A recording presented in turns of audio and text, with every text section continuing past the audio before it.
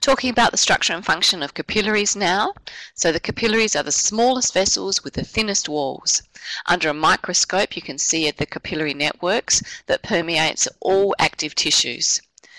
And the capillary function, they're the location of all of the exchange of functions in the cardiovascular system.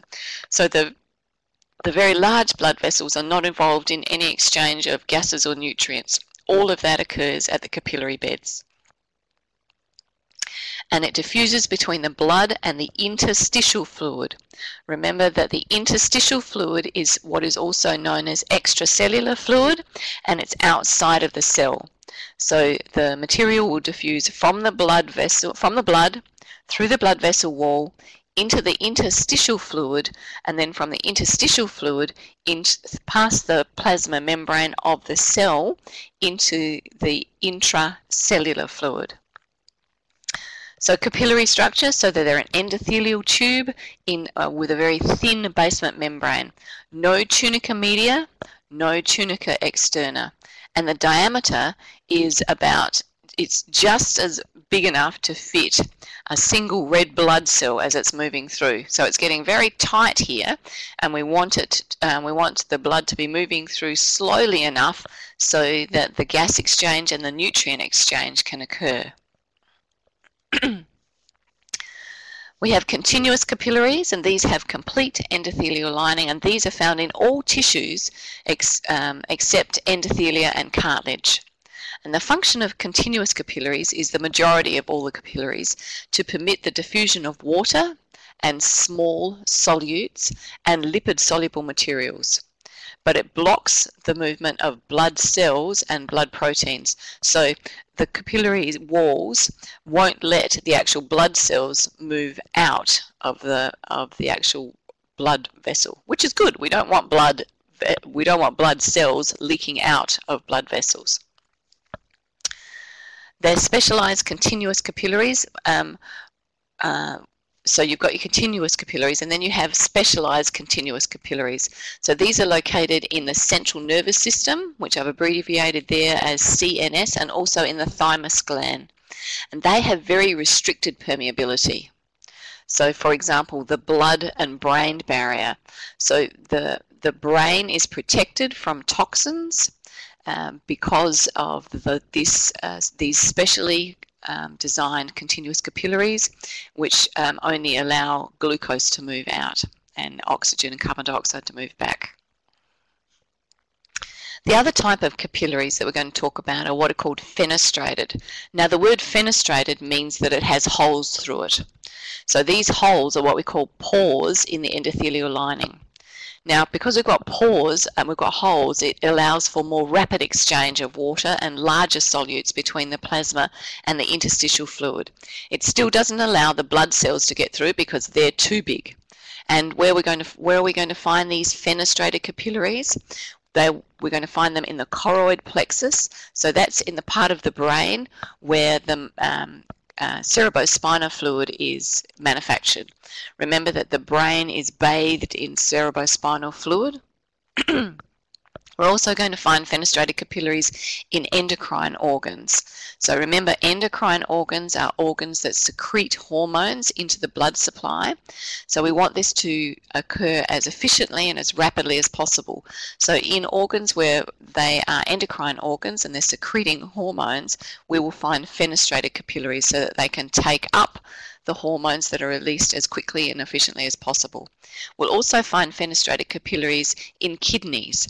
Now, kidneys are involved in the manufacture of urine, so we've got blood passing through the functional units of the kidneys, and there we'll also find fenestrated capillaries because we want the waste products and water to move out across that capillary bed into the kidney functional unit. We'll also find them again in the intestinal tract for the same reason, where we've got rapid exchange occurring as the blood is moving past through the capillary network. The other type of capillaries, which are specific to particular organs, are called sinusoids, and these have gaps between them. And we'll find these sort of capillaries in the liver, the spleen, bone marrow, and also the endocrine organs. And these permit, because of the gaps, free exchange of water and large plasma proteins between the blood and the interstitial fluid. They also have phagocyte cells that help monitor the quality of the blood moving through the sinusoids. So the phagocytes, because they have the ability to move like an amoeba, they can engulf any foreign bacteria or foreign substances, any waste products, and help to get them out of the blood. So here's a drawing showing you the difference between a continuous capillary on the left, where you can see that the vessel wall looks, it's got the lines to it, which are the different cells, but it's fairly structured without holes in it. On the other side, on the right side, you can see what are the fenestrated capillaries, so they've got the small holes through it, and then in the bottom right hand corner you can see the sinusoids, so they've got quite large gaps in them. We're still talking microscopically, but it will allow more freely the exchange of the fluid and some solutes. Still no blood cells can move through the capillaries. So if we look now at the capillary bed, we're looking at what is called the capillary plexus. It's the junction between one arteriole and one venule. So it's where the blood that is coming down the arteriole, which is high in glucose, high in oxygen, is then exchanges the maximum amount of nutrients and oxygen, and now what then takes its place with the oxygen is the carbon dioxide across the diffusion gradient. And so on the venule side, we would expect that there would be a higher concentration of carbon dioxide and waste products, and then the venule is moving back towards the heart. In the capillary beds, there are also precapillary sphincters, so these are little muscles that can guard at the entrance to each capillary, and they open and close depending upon the information they're receiving from the autonomic system, causing the capillary blood flow in pulses. Here's a diagram of what we've just been talking about. So you can see on the left-hand side of the diagram we have the arteriole, and then moving down to the capillary bed, you can see that the arrows show you the movement of the red blood cells and the blood, and then right at that capillary plexus we have that change in color from the red to the blue, and there we can see at the capillary bed the exchange occurring between the high oxygen, high nutrient, to then it becoming high in carbon dioxide and high in waste product, and then it moving out of the capillary bed and going back up to the small venule, going up to a vein, and then going back up to the heart.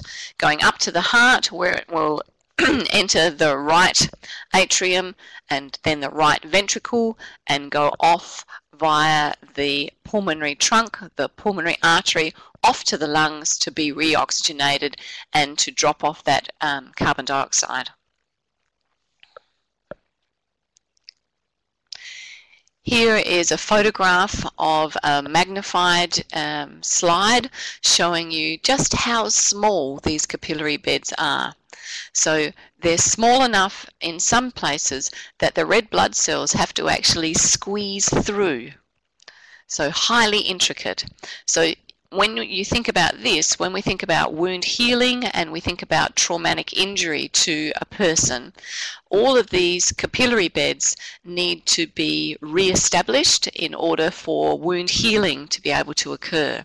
So you can see that it's just so important that the patient receives some good rest, some good nutrition, and maximum conditions that will allow these capillary beds, the cells to divide and the healing to occur.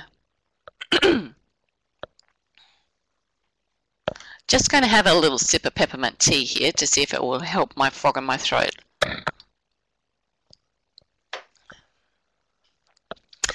Okay, now we're back to capillaries. So the thoroughfare channels, so these are direct capillary connections between the arterioles and the venules.